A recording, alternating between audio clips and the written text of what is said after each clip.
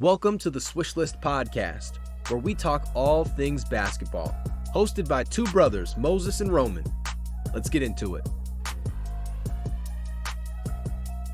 All right, everybody, welcome in. Season 2, Episode 6 of the Swishlist podcast. That's right, we are back. Excited to be here, and we have to talk about the in-season tournament today. We got so much to discuss. Some of our thoughts around the tournament. Does it make sense? Are they hanging banners? We've heard that they are. Do we like it? Zion Williamson and his diet. There's a lot to discuss today. As always, we're going to talk about our players of the week, but there's not too much coming out of the NBA as far as headlines, storylines. And so this might be a shorter episode than most. And with that being said, Roman, let's get right into it.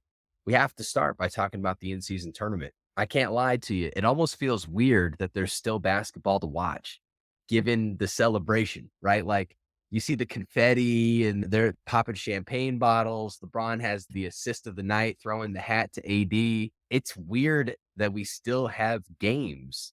It almost feels like there should be like a week vacation. You know what I mean? Like, is it weird to you that we're still playing games? Well, they took a day off after, but Yeah. I mean, they took the day off after, but I agree.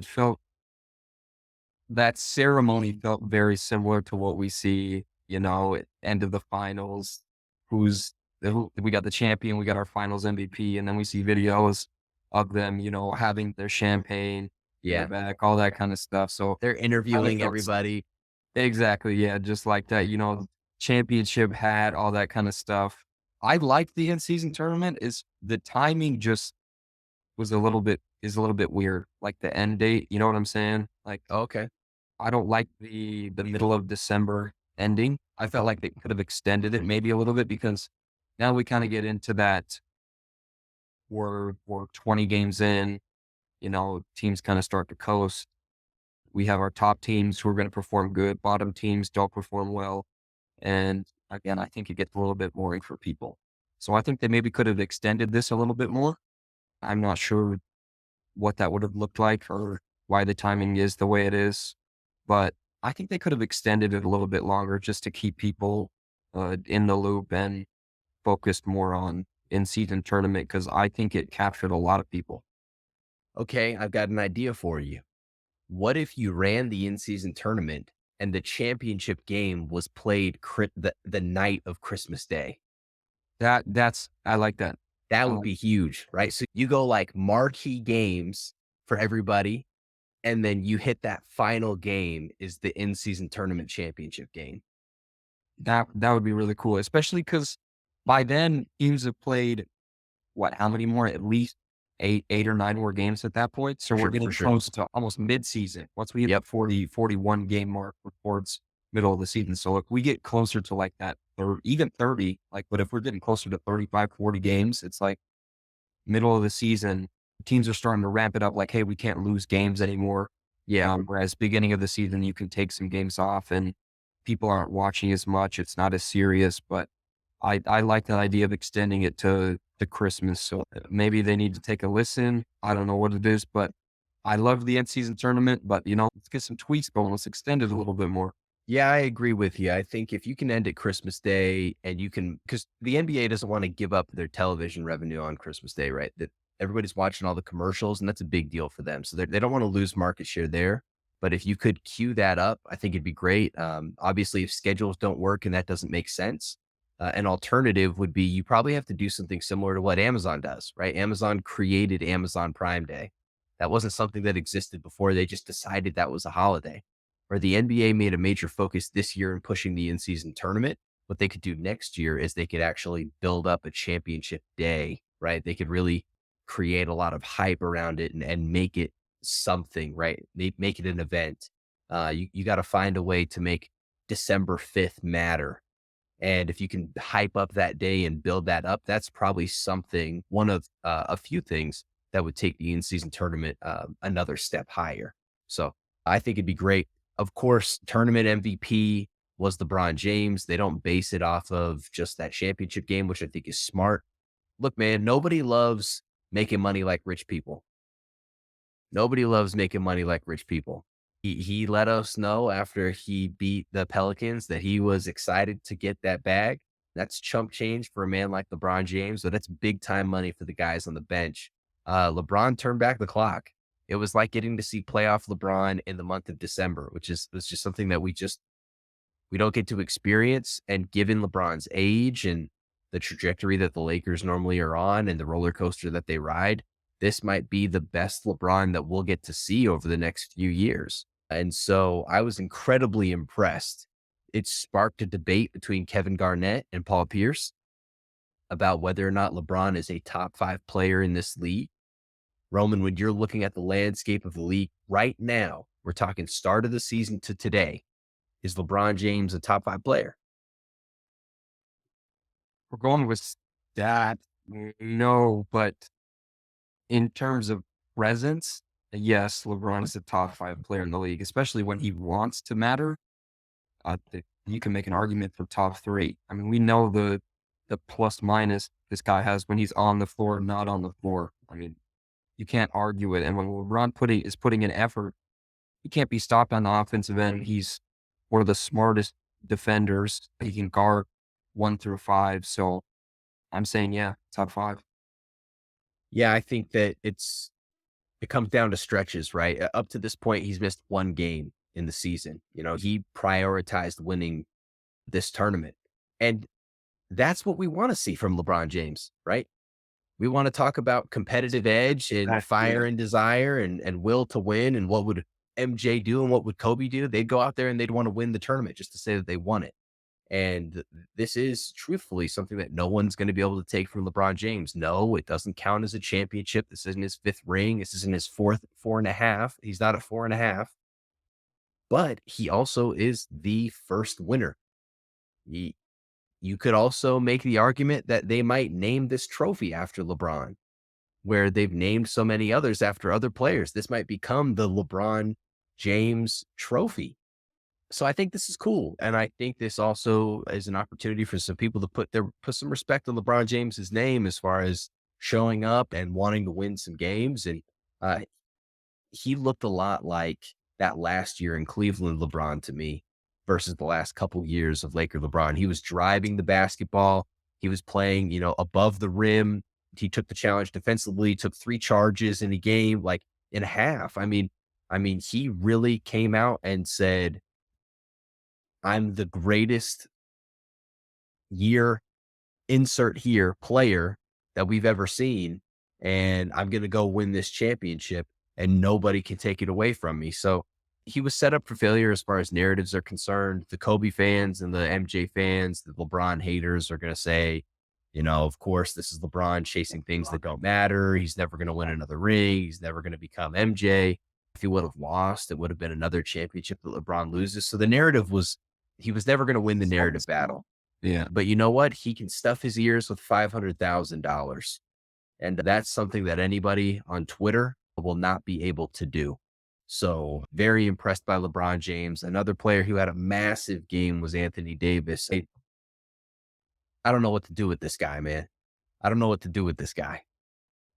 And his narrative is pretty consistent, bad game, good game, bad game, good game. Let me show up here, not show up here. It's like, why could he do this last year in the playoffs? I mean, Well, because he's playing against Miles Turner and not Nikola Jokic. okay, Miles Turner is like very good defender. Yeah, but Jokic is giving AD the business on the offensive end. And Miles Turner's not a stretch big the way that Jokic is. Miles Turner's not stretching the floor like Jokic does. I mean, he was bricking 3-pointers all night. It's true, but it's just still frustrating. And you see LeBron out here like last year. You can talk about okay, he had his foot injury going on, broken foot. That's maybe why we didn't see this type of running up and down the floor. But Sure. with AD, I don't know what the story is with AD. Is Jokic just that much of a presence for him? It was that difficult. He's just the third best center in the league. He's an incredible player, and he's the third best center in the league. He's not as good as Embiid. He's not as good as Jokic. So if he plays anybody else, he dominates. But if he's going to play those two, he's not going to. What's so difficult is there's a great chance that we're going to see AD in the next week or so score 2 points and a half and just disappear. Like I just, I can't It's even wrap my brain abnormal. around it. It's like when you're playing in my career at the very beginning of the season and you've got like 20 points in the half, and then you get subbed out, and then you come back in with like 18 seconds left, and you're down by 8, and there's like no way for you to win the game. Like That's AD's brain. that's his brain. He just checks out for the half. He's just on autopilot. It's so frustrating because like I want him to be great, and then as soon Yeah, as we you see the believe in potential. him, he lets you down, and then you're like, "Man, get this guy out of here," and then he drops a 40-20 piece to win the in-season tournament. I and was dominant, dude. Dominant on the defensive end. The Lakers looked like they bullied the Pacers. They looked bigger than the Pacers. They looked more physical than the Pacers. Pause. They really made sure to be aggressive early, to dominate the game, and to not give the Pacers really a chance to go back in there. And I was kind of disappointed in Rick Carlisle because the Lakers showed their hand early. They were going to double on the pick and roll. They were not going to let Tyrese get open looks. They were going to smother him, force him to pass, and they were going to let other people shoot. They were going to let other people beat them. And Buddy Hield didn't show up. And I was shocked that Rick didn't adjust. It didn't feel like he adjusted at any point in that game. He didn't try to get Tyrese any different types of looks, maybe give him more of the chance to be an off ball, maybe more of like a Steph Curry type role to get some open shots. Like why not make an adjustment? Well, it was working for them. Through 3 quarters, it was working pretty well. I mean, it was back and forth for a while. You know, Lakers were up by what, 9 at halftime, but by the end, I think start of the 4th at one point, it was a 3-point game, so it was pretty much working. I mean, TJ McConnell was doing great things. He He was the looked pest. really good out there. Naismith looked good. Uh, It's true. Halliburton figured it out there in the 4th quarter a little bit, you know, started getting to the hoop a little bit more, but I agree. Towards the end, there definitely should have been an adjustment, but I like the Pacers' physicality throughout the game. I thought they matched it pretty well. There's a lot of foul calls, but I remember seeing stuff on Instagram like the foul disparity. We know what it's going to be. Lakers are going to shoot a bunch of free throws. Pacers are not going to shoot that many free throws. But I think the Pacers came out with a good game plan. It just LeBron James and AD decided to show up. Anybody that's talking that the Lakers are going to shoot more free throws than the Pacers, that doesn't necessarily mean that it was like a narrative from the referees. The Lakers are one of the worst 3-point shooting teams in the NBA, if not the worst. I think they are the one. They were awful in that game. Like they have to score their points at the rim. And by doing so, will get fouled more than the Indiana Pacers, who have great 3-point shooting. Like Halliburton is a great 3-point shooter. Buddy Hield is somehow still an underrated 3-point shooter. Like for as far as fandom's concerned, I mean the league's not trying to give him open looks, but like that's their game. It's Tyrese drive and kick, get a 3-point shot. Like this shouldn't be a surprise, but somehow it is. Somehow it is. Every time. Even though the Pacers lost, I'm very impressed. I'm very impressed because this was exactly what they needed to bring juice to the franchise and to put fans in the stands and to give people a reason to watch the Pacers. Like, how many games realistically are people watching Tyrese Halliburton play or the Pacers play if they're not in this game? You know, this is a chance for them to get on national television. They're not getting a lot of nationally televised games. And so I'm extremely happy for that franchise. And shout out to the players for giving it their best effort. They've just never been in a situation like that before. Like, when you look at the Lakers, they won a championship a couple years ago. LeBron James has lived the majority of his career in these high pressure situations. And so they were built for this. As an organization, the Lakers are built for that, where the Pacers are not. Doesn't come as a surprise to me. And it's probably best for the league that the Lakers win it anyways. They've got the dominant brand and they can set the tone. We got a confirmation that the Lakers are going to hang the banner. And if the Lakers are doing it, and they've got the most banners in the league, you're tied for it, then nobody's going to complain, right? If the Pacers win it and hang that banner, they might get mocked for doing it. Whereas now, Lakers are hanging the banner, they set the tone. This is a real question. Do you think that Adam Silver is forcing the Lakers to hang that banner? Or would they Yes. have done it? Yes. I wouldn't say forcing. I would say strongly suggesting that banner needs to be hung up because Again, it's a narrative thing. Why not spark a little something? Celtics, now they don't have one of those banners. They Mm, got 17 plus one. The mm, Celtics just have 17. So it's like mm. next year, Celtics got to go out and get that. Or this year, Celtics got to go out and make sure they get that Larry O'Brien trophy. So I just think, again, it creates a little bit more narrative, a little bit more back and forth between whoever. So it's like, I like it. I like it. Now, there was a team that lost in the semis that has been making headlines, and that's the New Orleans Pelicans, and they're not making good ones. People saw Zion Williamson at the free throw line, and he looked fat. There's a sideline camera angle of him dribbling the ball up the court. You can see the gut. LeBron James was dominant, running circles around Zion Williamson. And I believe that LeBron, like the hype for Zion was that he was going to be the next guy, that he was going to be next man up, that he was going to be the best player in the league. I think that LeBron, even though Zion is not, and I don't think he ever will be at this point, even though that's the case, I think LeBron makes it a point to dominate when he plays Zion. Like I think that's enough motivation to just get LeBron to take things up a notch, like dropping 30 and three quarters and shooting over 55% from the field. Like, let me know what you think about the LeBron Zion dynamic and your thoughts around Zion and where he's at. I completely agree with the narrative thing because it makes me think back to Ben Simmons too. When he first came into the league, it was, you have the potential to be the next LeBron James. And Mm-hmm. I felt like every single time they matched up, LeBron was making sure he was getting over 30 points, getting Yep. at least 7 and 7 a game, showing what a LeBron James type player does. And, Zion, he's already missed like more than a third of his total career games. He's not showing up like somebody as high as a prospect if he's supposed to be would show up. So for him with the whole weight thing, it shouldn't be a problem. As soon as he got to the NBA, it was supposed to be, he's got the right people, the right facilities, the right food. He can have the perfect diet, but he's just refusing to do it. So this is just completely on him. According to Stephen A. Smith, he has sources from chefs in New Orleans, and they say that Zion eats so much that he'll eat the table. Like that, this guy, he just can't help himself. We might need to get him away from the beignets. We need to send him somewhere where the food is just not it. I'm gonna Send him let to the comment. Utah. Oh, you'd have to do us like that, man. You're from here, man. You got to come back here, man. Am You I have to do wrong? that, man. Am I wrong? I don't know, put him in Toronto or something. Toronto can't have good food. Come on. Serious? That might be better. Yeah, Toronto put would like be yeah, interesting. yeah. Don't throw us under the bus. Like, come on, dog. Nah, What's Indiana got? What's what's Indiana got? I don't know. You know what? Actually, that's not even true. I got some coworkers from the Midwest, and they talk about they get like this breakfast pizza from this gas station, and they say it's amazing.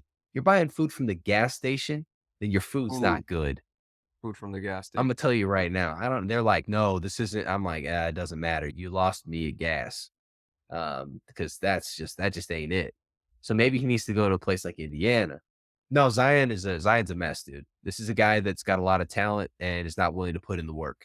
And I don't know if this is gonna change. He should probably spend some time with Shaquille O'Neal because Shaq was a guy that wasn't putting in a lot of effort early and then also stopped putting in effort late and would have had a better career. Arguably could have been the best player ever had he just had a higher level of dedication to the game and wasn't so committed to eating Big Macs every single day. So Zion is just, I mean, he's got a like his trainer was making fun of him on social media. His ex trainer was making fun of him. Like this is just a guy that he doesn't listen. The organization told him he needs to keep his weight in check. He won't do it. I don't think he's very engaged as far as with the team. He certainly isn't a leader. It doesn't look like it at all. And at times he's the third best player on that team, which is ridiculous. So that draft class in particular has just really been an embarrassment, specifically the top two players, him and John Morant.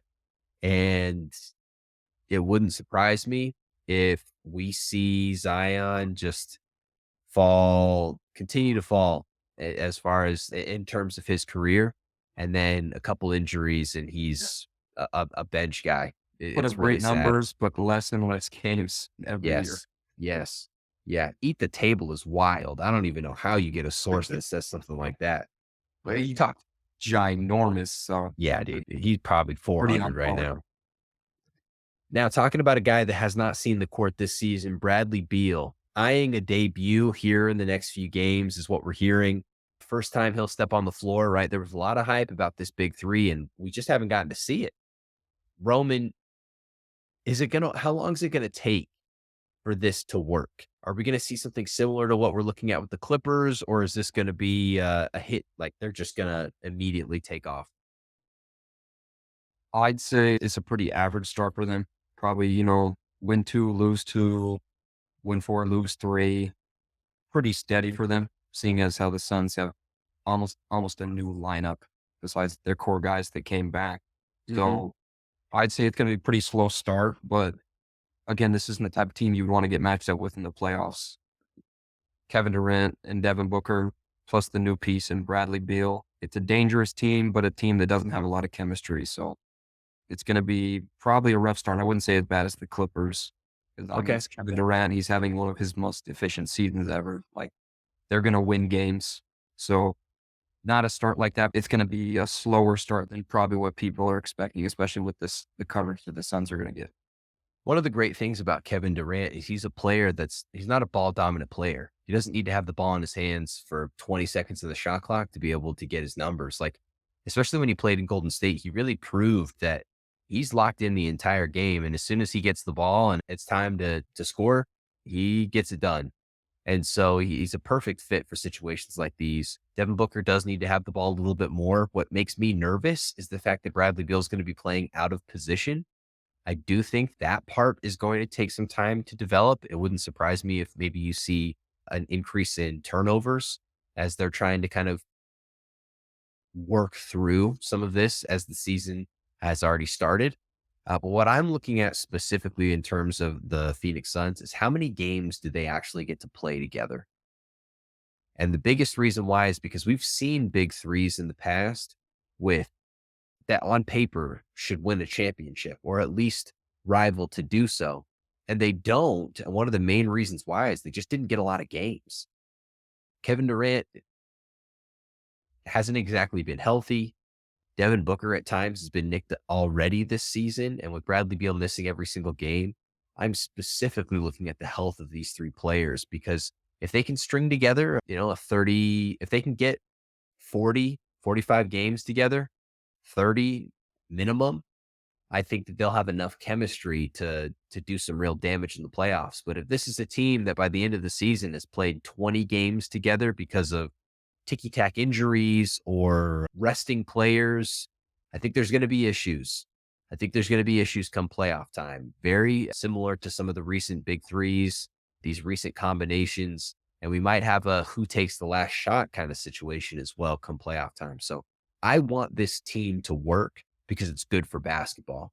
I want them to be competitive when we get to the end of the season. And I believe that the way that this roster is constructed, this is one of the only teams that can rival a Denver Nuggets roster offensively and defensively. Because to this point, I still don't believe that there's going to be anyone that can guard Kevin Durant. You've got Devin Booker that's going to be able to score the ball. And now you can match Bradley Beal onto Jamal Murray. You've got size at that point guard position, and they've got Nurkic. They've got guys to throw at Jokic that if they end up in foul trouble, like it's not their scorers. So I want this to work for the NBA. It's good for the league if the Phoenix Suns are good this season.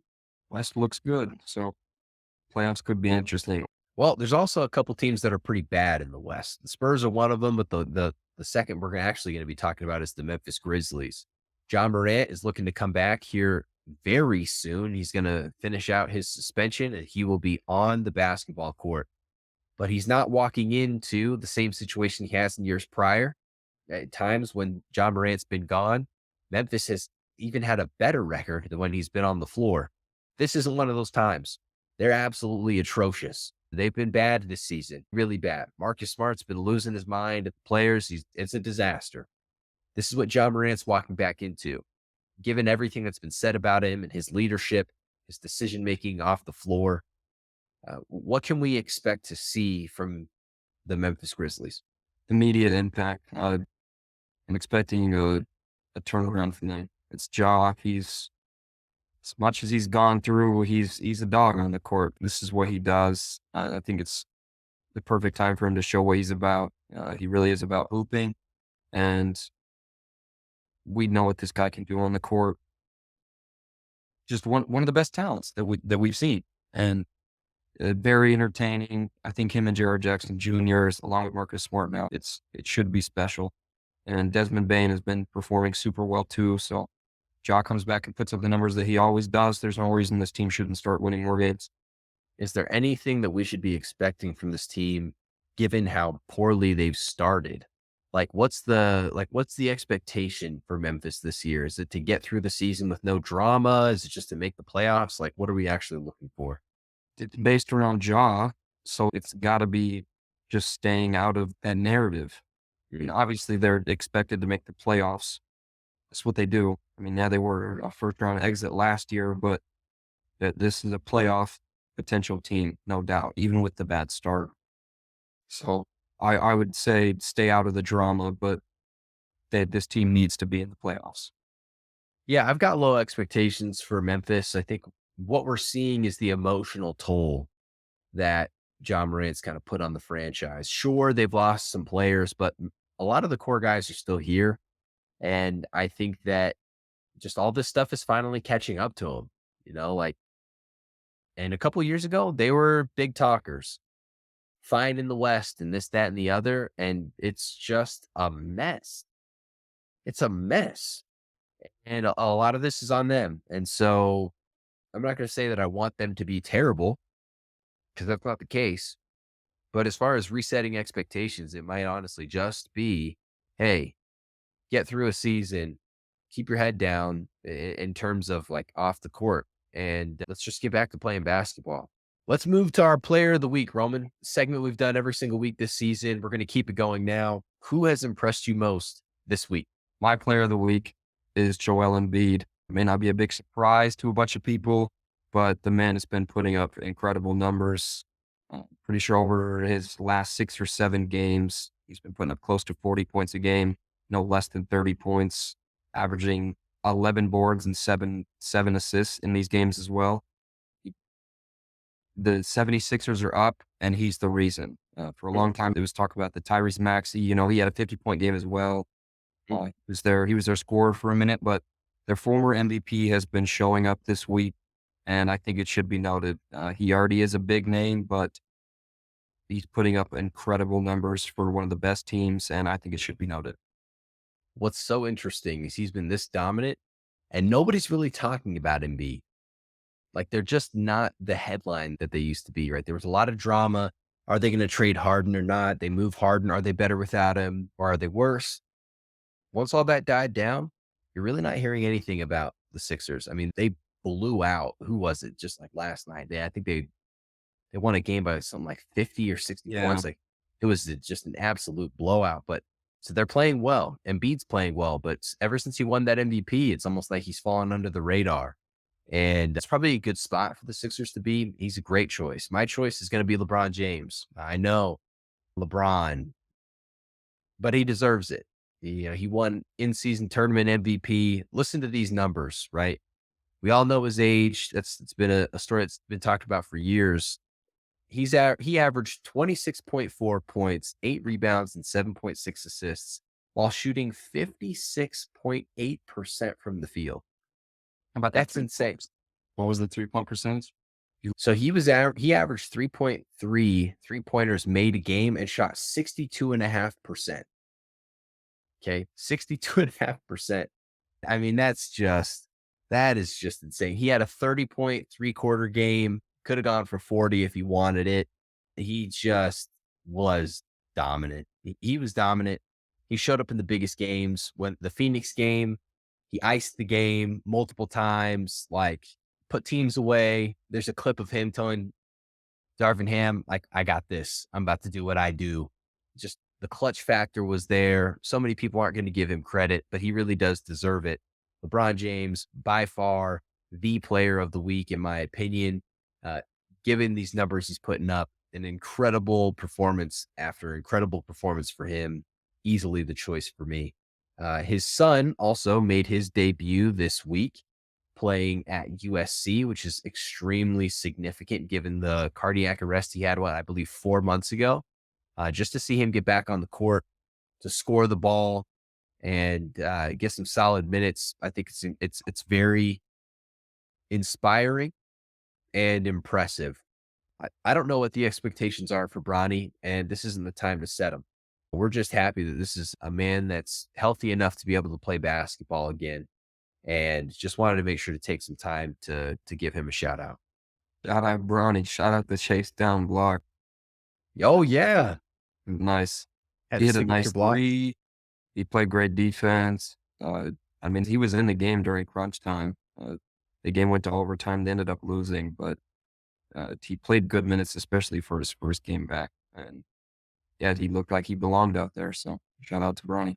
We've kind of become the spokesman for teams like the Detroit Pistons, giving them coverage when the media won't. And the media won't because they are just simply awful.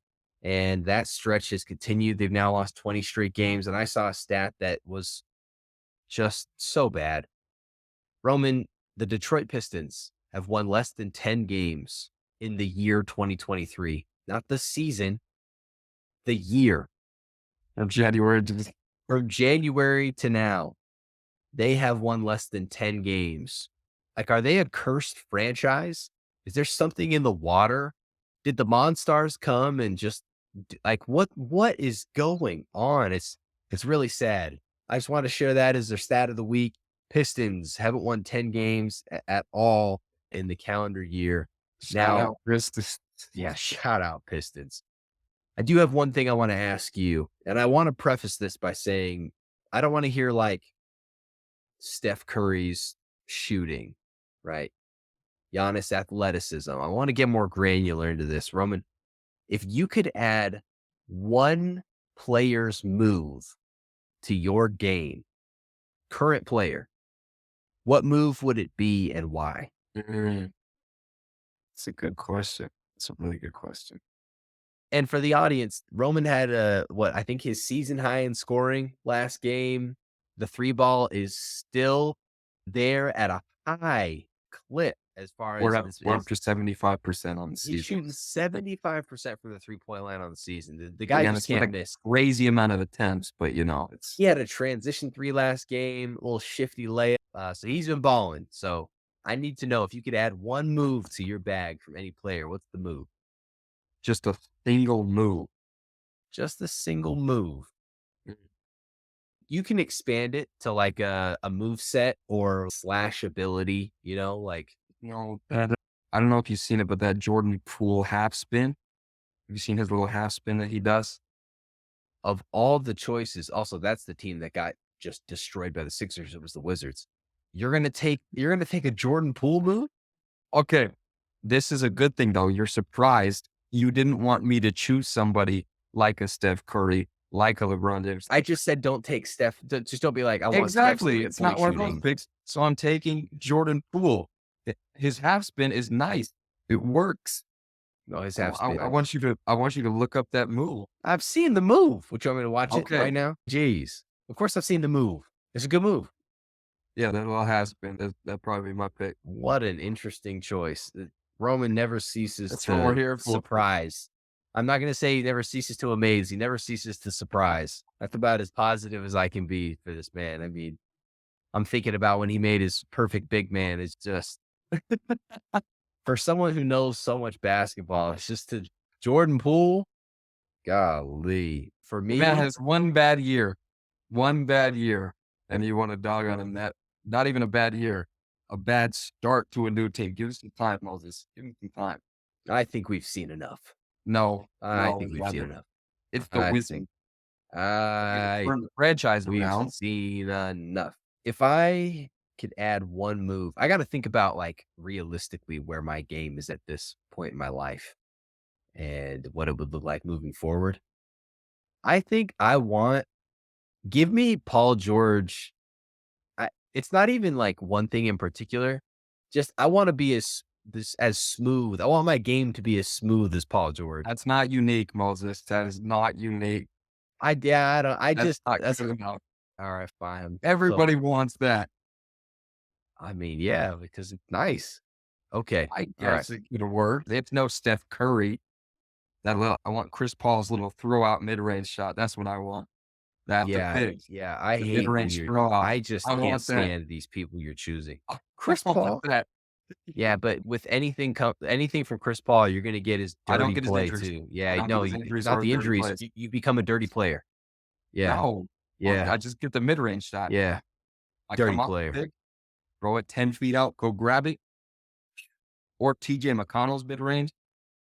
Oh, okay, I got it. I got it. Ah, no, that's gonna be so mainstream if I say that too. Gosh, Which one? dang. What were you gonna say? I was gonna say I want the KD pull up three. Oh, like Just the dagger three. just the in your eye 3-point shot. Like it doesn't matter that you're there. I'm gonna make this. I guess it's a good pick because like normally with Kevin Durant, it's like his turnaround or his mid range game. Yeah, but he's got a 3-pointer where like, and he'll pass it away and get it back and shoot it. He's got a 3-pointer where like it just doesn't matter who you are or how close you are. It's his version of the lay F you three. It's unstoppable. That's got to be my pick. Like that pick. I like that. And with that, that's actually gonna be the end of this episode, season 2, episode 6. A quick one focused around the in-season tournament. Little bit in between. Very excited to be able to bring this episode to you guys. And if you're not already, please go and follow us on all social media platforms. Wherever you are, that's where you should follow us. We're on YouTube, Instagram, TikTok, Facebook. We're all over the place. And we're also wherever you get your podcasts too. And last but not least, happy holidays to you and yours. And if you know somebody that just doesn't know the game of basketball, there is no better gift to give someone this holiday season than the Swishlist podcast. Share an episode with somebody that needs to learn the game, and we will take them on that journey. Yes, yes. Thanks everybody for listening. Shout out to the NBA for this in-season tournament. I thought it was a beautiful idea. If you're not subscribed, if you're not following, it's getting ridiculous. It's really getting ridiculous. Moses and Roman, Swishlist podcast. We are out. Thank you for listening to this week's episode of the Swishlist podcast. Catch us on social, and we'll see you next week.